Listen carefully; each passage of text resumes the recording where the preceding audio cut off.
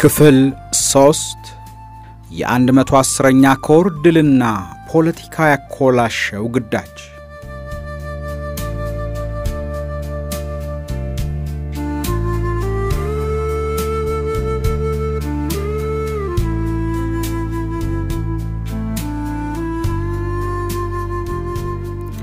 አክሱም ከተማ ውስጥ ተዘጋጅቶ አዲስ አበባ በጸደቀው ዕቅድ መሰረት እኔ ለመመራው 110ኛ ኮር የተሰጠው ግዳጅ ከሌሎች ጋር ሲነጻጸር ዋናውና አስቸጋሪው ግዳጅ ነበር። ዋና የማጥቃት ግንባሩ በምዕራብ በአሁኑ ሰሜናዊ ምዕራብ ትግራይ የሚደረግ ማጥቃት ሆኖ የኤርትራን ሰራዊት በጠቅላላ ማዛባትና ቁመናውን በኤርትራ ደረጃ እንዲኮላሽ የማድረግ ግዳጅ ለ110ኛ ኮር ተሰጠ። ከኔ በስተግራም 108ኛ 109ኛና 107ኛ ኮሮች ነበሩ። ዛላምበሳ፣ ጾረና፣ ቡሬ ግንባር ዋናውን የምዕራብ ማኮላሸት የማዛባት ግዳጅ የመደገፍ ግዳጅ ነበር የተሰጠው። በዚህ መሰረት እኔ መመራው 110ኛ ኮር በምዕራብ ከተመደቡ 3 ኮሮች ጎን በመሰለፍ ይቻል ይሆን ወይ የተባለውን ግዳጅ ሊወጣ ተዘጋጅቷል።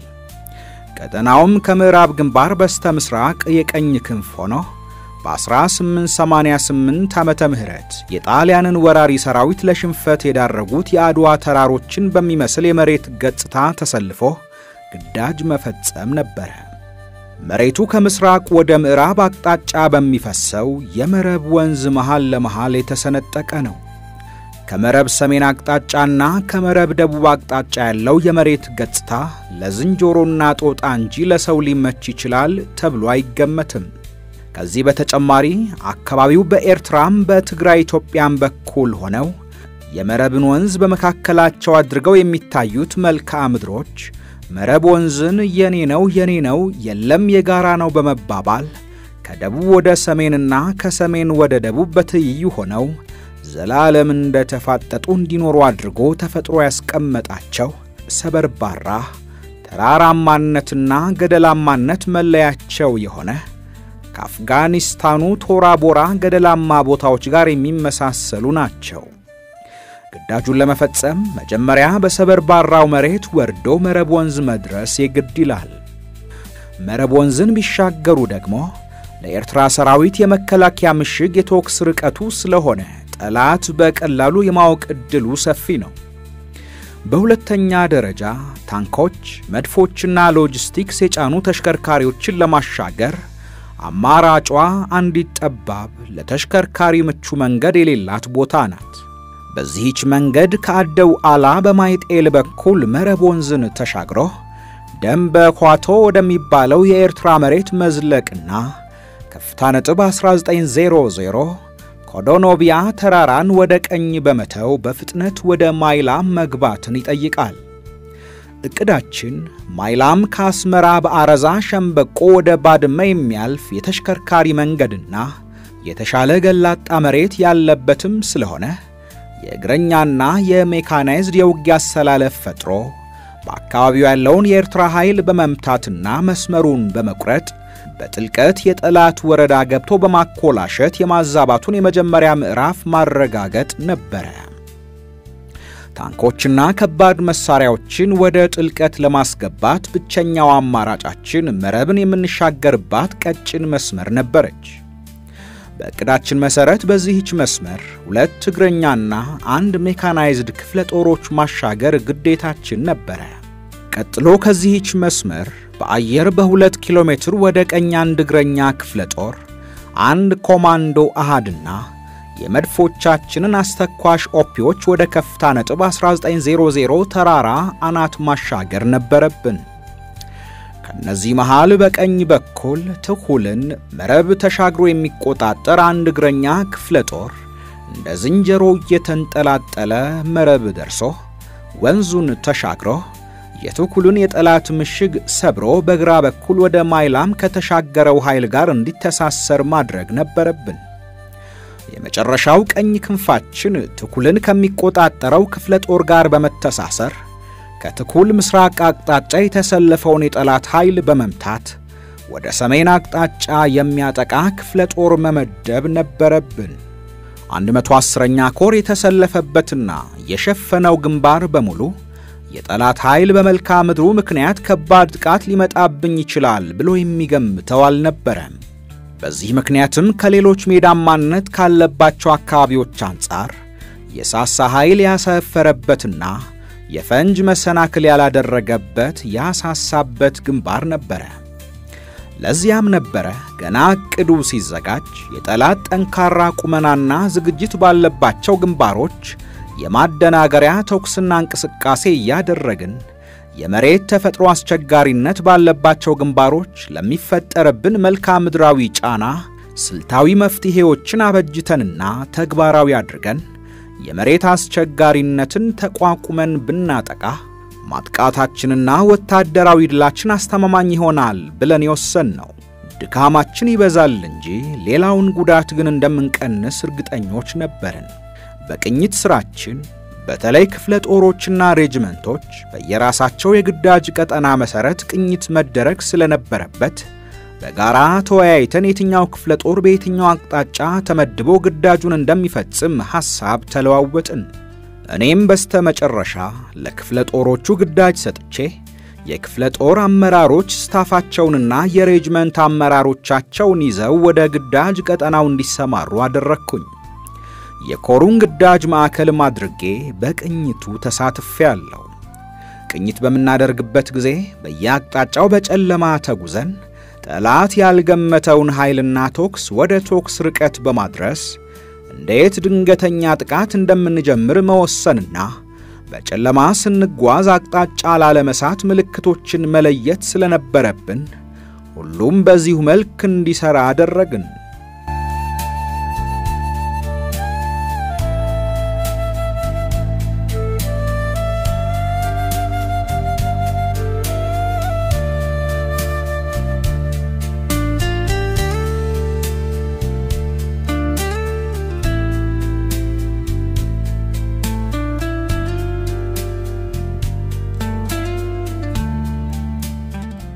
ሌላው ፈታኝ ጉዳይ ከባድ ተተኳሽ የጫኑና የሚጎተቱ ተሽከርካሪዎቻችን የነበሩንን ታንኮችና መድፎች በጨለማ ለተሽከርካሪ መሻገሪያ መንገድ የሌለበትን አሸዋማውን የመረብ ወንዝ ባስተማማኝ ካልተሻገርን በሙሉ አቅማችን መዋጋትና ወደ ጠላት የኋላ ወረዳ መድረስ ስለማንችል ይሄንንም በቅንጅት መመለስ ነበረብን። ከቅኝታችን በመነሳት የመረብ ወንዝን እንዳለ ለመሻገር ቢታሰብ ታንኮችና ኦራሎች ሌሎችም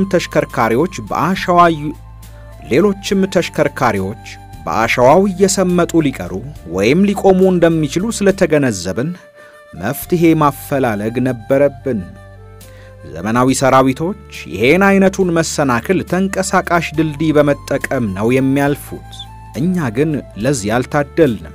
ስለዚህ ታንኮችና ሌሎች ተሽከርካሪዎችን ከሚጎትቱ መድፍ ከጫኑ ስንቅና ተተኳሽ ጋር የመረብ ወንዝ አሸዋማነት ሳይይዛቸው ጠላትም አውቆ በቶክስ አስሮ አላፈናፍን ሳይላቸው እንዲያልፉ መሻገሪያ ብለን በመረጥነው አቅጣጫ በ12 ገልባጭ ተሽከርካሪዎች ድንጋይና ግንዶችን ጭነን ከተዋጊው ኃይል ፊት በማሰለፍ ሰዓቱ ሲደርስ ጥበቃ እየተደረገላቸው ፊት ለፊት ተጉዘው መረብ ወንዝ ሲደርሱ አንዱን እየተከተለ የጫኑትን ድንጋይና ግንዶች ወንዙ ላይ እየጣሉ ዞር እንዲሉ ከዚያም ታንኮቹ ወደ ወንዙ ወይም ወደ አሸዋው የተጣሉትን ድንጋዮችና ግንዶች እየረገጡ እንዲሻገሩ ቀጥሎም ኦራሎች ከባድ ብረት የጫኑትም ሆነ መድፍ ጎታቾቻችን ታንኮቹ በረገጡት እንዲሻገሩ በስተመጨረሻም ሌሎቹ ተሽከርካሪዎችን በተመሳሳይ በሶስተኛ ረድፍ እንዲሻገሩ ለማድረግ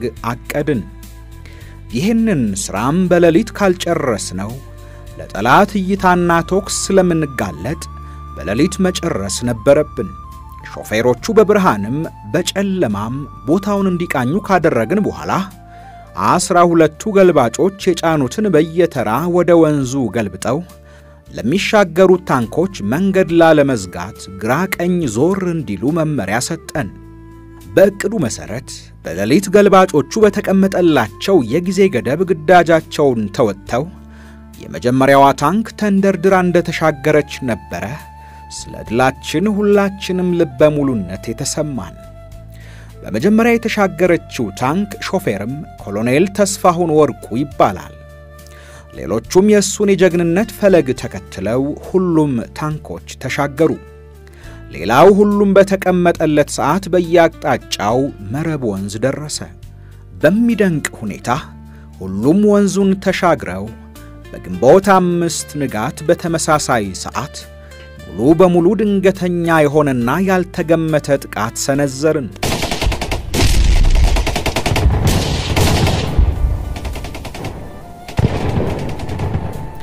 ቶክስና እንቅስቃሴውን በማቀናጀትም የጠላትን የፊት መከላከያ ወረዳ ሰብረን ወደ ውስጥ መዝለቅ የሰዓታት ሥራ ብቻ ሆነ። ብርሃን ጨለማውን ሲተካው በፊት ምሽግ ተሰልፎ የነበረው ጠላት በአይኑ አየን፣ አወቀን፣ ከፍተኛ ውዥንብር ውስጥም ገባ። ጠላት ባልተገመተ ቁመናና አቅጣጫ በወረደበት ከፍተኛ ቶክስና እንቅስቃሴ የተነሳ ድንገት ካጋጠመው መደናበር ሳይላቀቅ የ110ኛ ኮር ክፍለ ጦሮች በአንድ አቅጣጫ መረብን ተሻግረው በደንበ ኳኪቶ ወደ ውስጥ ማይላምን ሰርስረው ገቡ። መረብን እንደተሻገሩ በተሰጣቸው ግዳጅ መሰረት በኋላ ከሌላ ኮር ወደኛ ለጊዜው በተደራቢነት የተመደበውን 15ኛ ክፍለ ጦርና አንድ ኮማንዶ ሻምበል አስተኳሽ ኦፒዎችን ጨምረው ግራና ቀኝ አሰላለፋቸውን እያስተካከሉ በሌሊት በሰዓታቸው መረብን ተሻግረው የነበረውን ርቀት በጨለማ አልፈው ከፍታ ነጥብ 1900 ደኮኖቢያ የሚባለው ተራራ ላይ ደረሱ።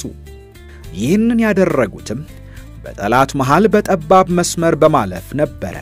ከፍተኛ ተራራ ላይ ቶክስ የሚመራ ኦፒ ማድረግ ማለት መድፎችን ልክ እንደ ዲሽቃና መትረየስ ኢላማ ያዩ መምታት ወደሚችሉበት ቁመና ማምጣት ማለት ስለነበረ በተለይ መድፎቻችን ከተተከሉበት በሁሉም የኮሩ ቀጠና ወደ ጠላት ኢላማ ውጤታማ ቶክስ ለመፈጸም አስችሎን ነበረ። ታንኮቻችንና ሌሎች ከባድ ቶክስ የሚፈጽሙ መሳሪያዎቻችንንም ወደ ውስጥ በገቡ ቁጥር የተሻለ ቦታ ያገኙ አሰላለፋቸውን በማስተካከላቸው ጠላትን የመምታት የተሻለ ቁመና እየፈጠርን ሄድን። 22ኛና 28ኛ ክፍለ ጦሮችም ግዳጃቸው ግራና ቀኝ ሆነው ትኩል የሚባለውን የጠላት ወረዳ መቆጣጠር ስለነበረ በቅኝት ያረጋገጡትን ሁኔታና ምልክት ተጠቅመው በሌሊት መረብን ተሻግረው ሊነጋጋ ሲል በድንገት ቶክስና እንቅስቃሴውን አጧጧፉት። የጠላትን የመከላከያ ወረዳ ሰብረው ለጠላት ፋታ ሳይሰጡ ቀጠናውን ተቆጣጠሩት። በዚያ ጊዜ ጠላት እቅዳችንን ለማንበብና ለመረዳት በጣም ተቸግሮ ነበር። ፊት ያሉ የራሱ ኃይሎች ያዩትን ለበላዮቻቸው ሪፖርት ሲያደርጉ የበላይ አለቆቻቸው ምላሽ ፈርታችሁ ነው መስሏችሁ ነው የሚል ሆነ።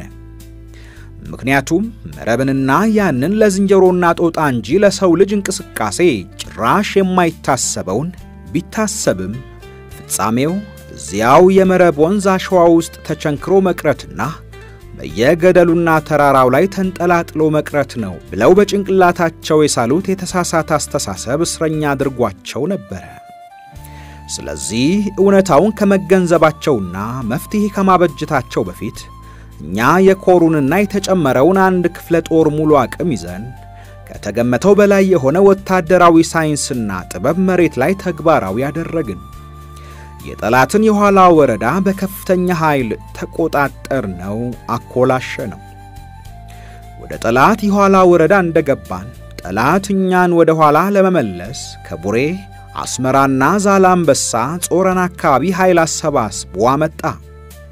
ያኔ ግን እንደዚህ አይነቱን ኃይል ለመምታት አስተማማኝ ቁመና ፈጥረን ስለጠበቅነው እኛን መጥቶ ወደ ኋላ ሊመልሰን የመጣው ኃይል ጣፈንታው ወደ መፍጫ ማሽን እንደገባ ስጋ መሆን ነበር። ከዚያ ቀጥሎ በተለይ ከኛ በስተምዕራብ ከተሰለፉት 108ኛና 109ኛ ኮሮች ጋር ሰፊውን ግንባር ሸፍነን ወደ ውስጥ ገፋን። ወደ ጥልቀት አካባቢም ደረስን። 109ኛ በሬንቱን አልፎ አቆርዳት ደረሰ። 110ኛ አረዛ ቆሃይን አልፎ ማጥቃቱን ወደ ውስጥ ወሰድ ነው። መድፎቻችን በቶክስ ይደርሱበት ከነበረው ወደ መንደፈራ የሚቀረን የመድፍ ርቀት ሆነ። 110ኛ ኮሩ በኋላ ከተጨመረለት 15ኛ ክፍለ ጦር ጋር በጠቅላላ ወደ 40,000 ተዋጊ ኃይል ነበረው።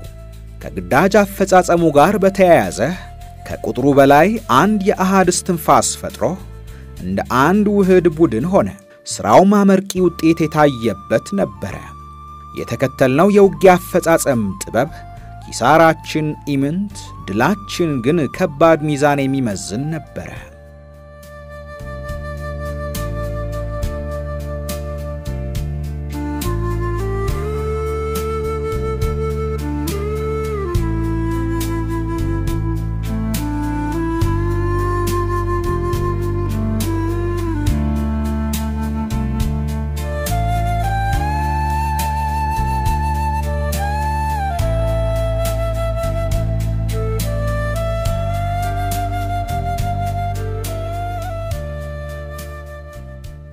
በኔ በኩል በጸረ ደርግ ትግሉ ከብዙ ውጊያዎች በተግባር ከአሜሪካ ስልጠናዬ ደግሞም በንድፈ ሐሳብ ያገኘሁትን የወታደራዊ ሳይንስ ጥበብ ልምድ ለማዳበር በተግባር ለማዋልም ነበር የተጠቀምኩበት። መጥፎ አጋጣሚ ሆኖ ከኤርትራ ጋር በተፈጠረው ጦርነትም መንግስት የሚሰጠኝን ግዳጅ በብቃት ለመወጣት ተግባሩንና ንድፈ ሐሳቡን አገናዝቤ መጠቀም ነበረብኝ።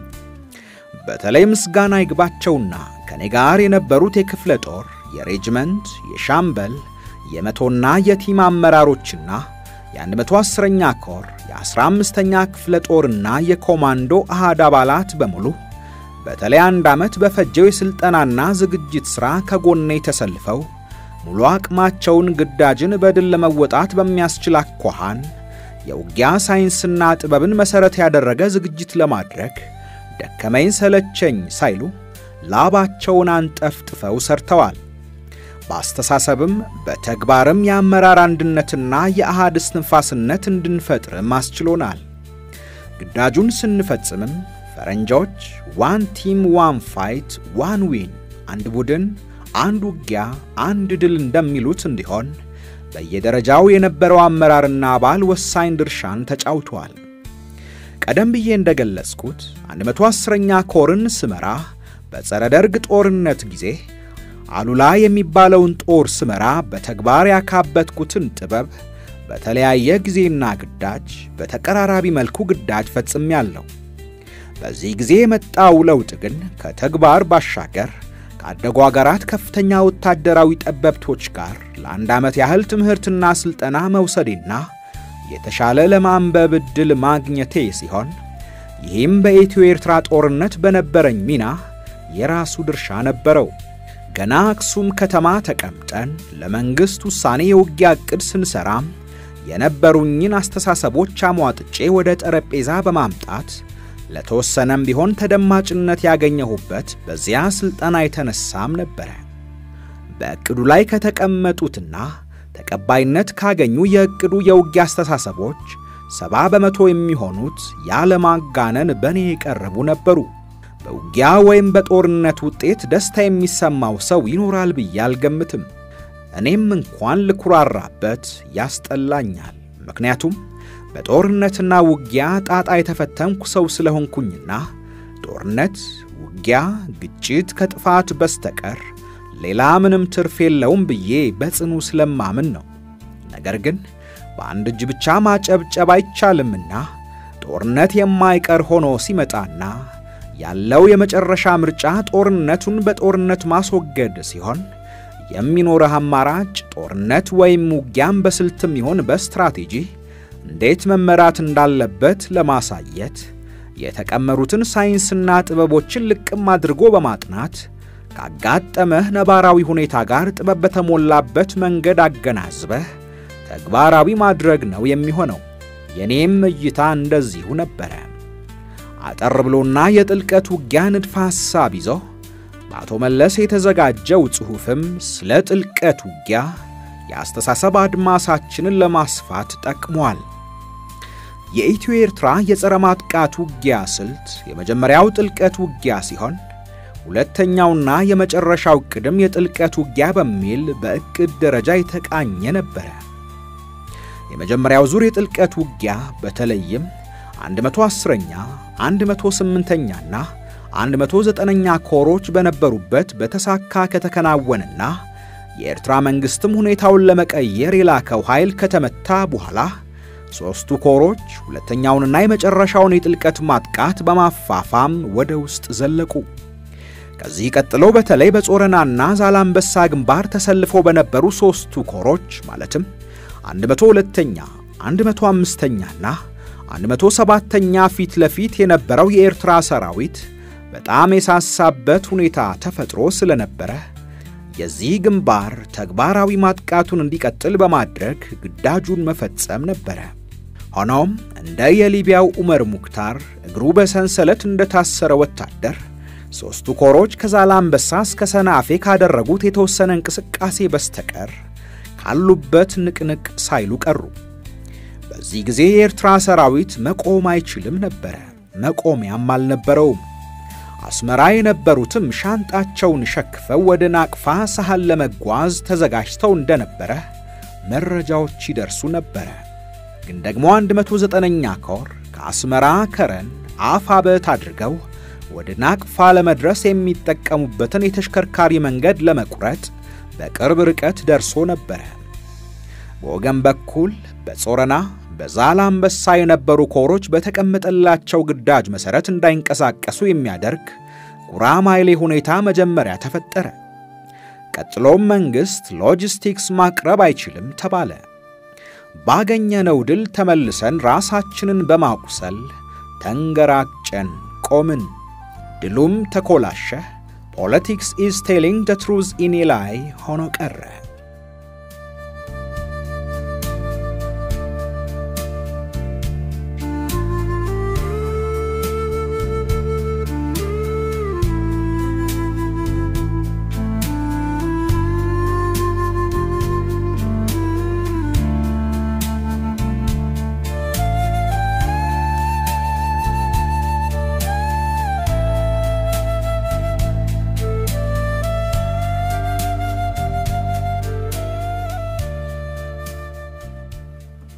ይህንን ግዳጅ ለመፈጸም አስቀድመን በቂ ዝግጅት አድርገናል። ሰራዊታችን በጥልቀት ውጊያ ንድፈ ሐሳብ በቂ አስተምሮ ከመውሰዱም በላይ ሌት ተቀን የማያቋርጥ ተግባራዊ ልምምድ አካሂዷል። ማጥቃቱ የተካሄደው የምሽግ ሰበራና የጥልቀት ውጊያ ስልት በበቂ ሁኔታ እንዲጨብጥ ከተደረገ በኋላ ነበር። የመረብ ወንዝን ተፈጥሯዊ አቀማመጥ ያጠመዳቸውን ፈንጂዎችና ሰው ሰራሽ ምሽጎቹን ተማምኖ የተዘጋጀው የኤርትራ ሰራዊት በሰነዘርነው የተኩስ ምት ተጠምዶ አማራጮችን የመጠቀም ዕድል ተነፍጎ ባልገመተው ሁኔታ ተመቶ ተፍረክርኮም ነበር። በዚህ ሁኔታ እኔ የምመራው 5 እግረኛ ክፍለ ጦሮችና አንድ ሜካናይዝድ ክፍለ ጦርን ያካተተው 110ኛ ኮር መረብን ተሻግሮ ትኩል ማይላምና አረዛን በቀላሉ ተቆጣጥሮ ነበር። ከኔ ኮር ጋር በትስስር ማጥቃቱን የተቀላቀሉ 2 ኮሮችም እስከ ሸምበቆ በሬንቱና ቆርዳት ዘልቀው ገብተው ነበር። እስኪ ያስቡት፣ ከዚህ በኋላ የውጊያውን ቁልቁለት መውረድ እንጂ የቀረ የውጊያ ቀበት ነበር ብሎ መገመት ይቻላል። ትልቁ አቀበት ከመጀመሪያ ዓመት ጀምሮ የተለኮሰው በተለይ በህወሓት አመራሮች ውስጥ የነበረው የፖለቲካ እሳት ነው። የያኔው ፖለቲካዊ ሽኩቻ ተዳፍኖ ከረመ እንጂ አልተፈታም። የሁለተኛውን ዓመት እቅድም በስብሰባ በጋራ ጸደቅ ነው ይበሉ እንጂ በተግባር ግን እቅዱን ተጻረው ነበር የተገኙት። ግዳጅ ተሰጥቶት የነበረውና በድንገተኛው ጥቃትና የጥልቀት ውጊያ ማካኝነት ሁኔታው ተመቻችቶለት የነበረው ማዕከላዊ ግንባር ላይ እቅዱ ውስጥ ያልነበረ ብቻ ሳይሆን እቅዱን መሬት ላይ እንዳይተገበር የሚያደርግ የፖለቲካ ውጥንቅጡ መግለጫ የሆነ የውስጥ አቀበት ተፈጠረ። እኛ በሰንሰለታማው ምሽግ ተቀብሮ ሲዋጋ የነበረውን የኤርትራ ኃይል ደምስሰን ከአስመራና ከቡሬ የመጣውን ረዳት ሰራዊት መተን ወደፊት እየገሰገስን ከኛ እኩል በጾረና ግንባር ዘልቆ እንዲገባ እቅድ የተያዘለት ኃይላችን ያለበትን ሁኔታ ለማጣራት ግንኙነት ማድረግ ጀመርኩኝ። በሬዲዮ ግንኙነቱ ያገኘሁት መረጃ ግን እጅግ አስደንጋጭ ሆነብኝ። በጾረና ግንባር ሊያጠቃ የተዘጋጀው ኃይል ምንም እንቅስቃሴ እንዳልጀመረ ተረዳው። ይህ ኃይል በእቅዱ መሰረት ሐዞሞን አልፎ አዲ ቀይህና ደቀ መሐሪን መቆጣጠር ነበረበት።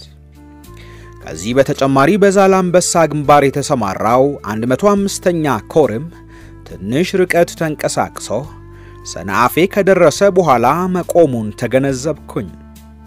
ሎጂስቲክስ ስለሌለን ከዚህ በላይ መጓዝ አንችልም ብለው ስለመቆማቸው መረጃ ደረሰኝ። ምንም እንኳን የእቅዳችን 80% ተግባራዊ ማድረግ ብንችልም በጾረናና በዛላምበሳ ሊተገበር የታቀደው 20% እቅድ ባለመፈጸሙ ስምሪታችን መከነ። የተሸነፈ ጠላት ዳግም እንዲያንሰራራ ተፈቀደለት። ታዲያ ይሄ ለቀጣይ ጦርነት ሕይወት ዘርቶ እንደማለፍ አይሆንምን? እኔ በወቅቱ የብርጋዴር ጀነራልነት ማዕረግ ኖሮኝ ነው 110ኛ ኮርን የመራሁት። ከኔ ጋርም ኮሎኔል ኪሮስና ኮሎኔል አከለ የኮር አዛዦች ነበሩ። በኔ ኮር ውስጥ ኮሎኔል ብርሃኑ ጁላ የ22ኛ ክፍለ ጦር አዛዥ አሁን ፊልድ ማርሻል፣ ሌተናል ኮሎኔል ድንኩል፣ ኮሎኔል አሳምነውና ኮሎኔል በየነ ጋር የ24ኛ ክፍለ ጦር አዛዥ የነበረው ኮሎኔል ወርቁ አይኑ ከኮሎኔል መሐመድ ተሰማና ኮሎኔል አብርሃ ብርዣ ጋር የ26ኛ ክፍለ ጦር አዛዡ ኮሎኔል ሙልጌታ በረሄ አሁን ብርጋዴር ጀነራል ከኮሎኔል መሸሻና ሌሎች አመራሮች ጋር የ28ኛ ክፍለ ጦር አዛዡ ኮሎኔል ከማል ገልቹ አሁን ብርጋዴር ጀነራል ከሌተናል ኮሎኔል መብራሃቱና ኮሎኔል ሐዲሽ ጋር የሜካናይዝድ ክፍለ ጦር አዛዡ ኮሎኔል ኃይለስላሴ ገብረስላሴ ወዲ 80 ከኮሎኔል ኪዳኔና ኮሎኔል ይመር መኮንን አሁን ሌተናል ጀነራል ጋር በተደራቢነት ከኛ ጋር የ15ኛ ክፍለ ጦር አዛዥ ኮሎኔል ሐዋዝ ወልዱ ከኮሎኔል መለያ አማረ፣ ኮሎኔል ገብሩ ደስታና ኮሎኔል አዳና አስመላሽ ጋር ክፍለ ጦሮቻቸውን እየመሩ ተሰልፈው ነበር። አንድ ኮማንዶ አሃድም በተደራቢነት መታ ከኮሩ ጋር ግዳጇን ተወጣለች። በነገራችን ላይ ሜካናይዝድ ክፍለ ጦሩ 45 ታንኮች፣ 18 ባለ 122 ሚሜ መድፎች፣ 8 ቢኤም፣ 12 107 ሚሜ እና ኮርኔት ጸረ ታንክ እንዲሁም 12 ዙ 23 የአየር መቃወሚያዎች ታጥቆ ነበር። እንግዲህ የኮርና የክፍለ ጦር ኮማንድ ነበር የኮሩን እቅድና ግዳጅ የተቀበለውና ተግባራዊ የሚያደርገው።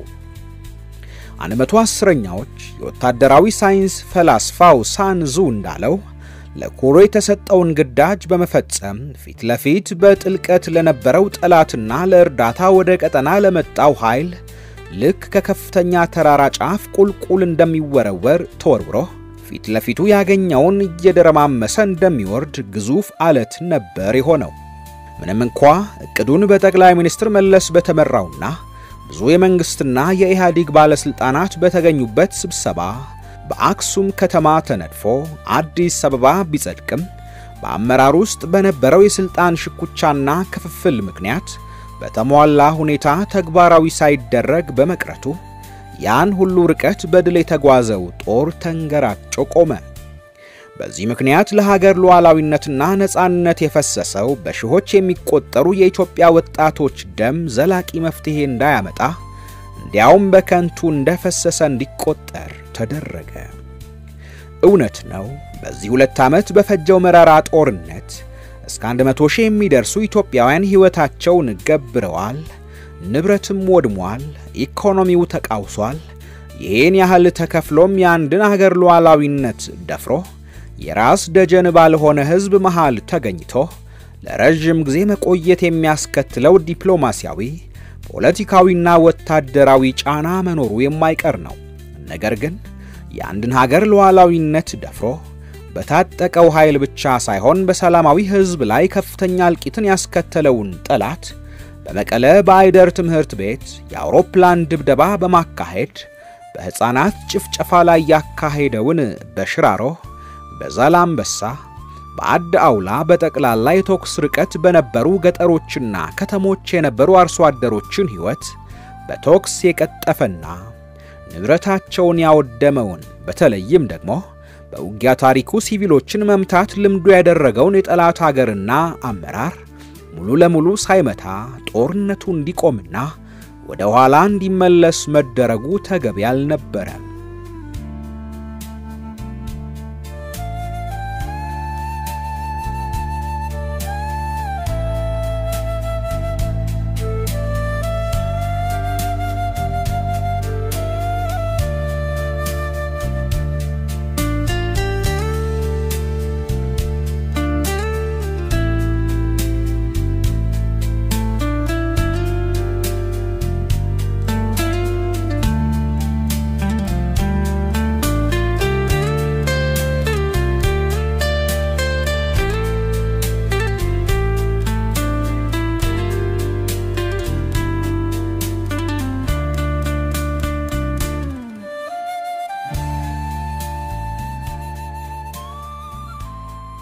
በፈጠርነው ግለትና በጀመርነው ግስጋሴ በመቀጠል የሻዕቢያን አከርካሪ ሰብረን እንዳያንሰራራ ከማድረግ ይልቅ ጭራውን የተቆረጠ እባብ ትተን ወጣን። የቆየ የሚያመረቅዝ ቁስል ትተን ተመለስን። ለሌላ ዙር ጦርነት መጸነስ ምክንያት የሚሆን ቁስል ግን ለመሆኑ ይሄ ከኤርትራ ዘር ፖለቲካ በጠቅላላ ኤርትራ ኢትዮጵያ እየተባለ ከሚነገረው ትርክት ነው ጉዳዩ ወይስ የኤርትራ ፕሬዝዳንት ኢሳያስ አፈወርቂ በወቅቱ የአሜሪካ ፕሬዝዳንት ለነበረው ቢል ክሊንተንና የተባበሩት መንግስታት ድርጅት ዋና ጸሐፊ ለነበረው ኮፊ አናን በሌሊት በእንቅልፍ ላይ ያሉ ሳይቀር ስልክ እየደወለ ይሄንን የኢትዮጵያ አደገኛ ጎርፍን የሚያስንቅ ኃይል አቁሙልኝ ወደ ቦታው መልሱልኝ እያለ ረፍት ነስቷቸው ስለነበር ይሆን ወይስ የህወሓት አመራሮች በስልጣን ምክንያት እርስ በርስ በመጠፋፋት ተጠምደው ስለነበር ነው ወይስ የነዚህና የሌሎች ሁሉ ድምር ውጤት በጦርነት የሚነግዱ የሚዘርፉ በርክተው ስለነበርና ለሁሉም ድብቅነት ስላለብን? ይሁን እንጂ እንደዚህ አይነቱ ፀሐይ የመታው ብዙ ዋጋ የሚያስከፈለ ስህተት በግልጽ ትውልድ እንዲማርበት ቢደረግም ጥሩ ነበር።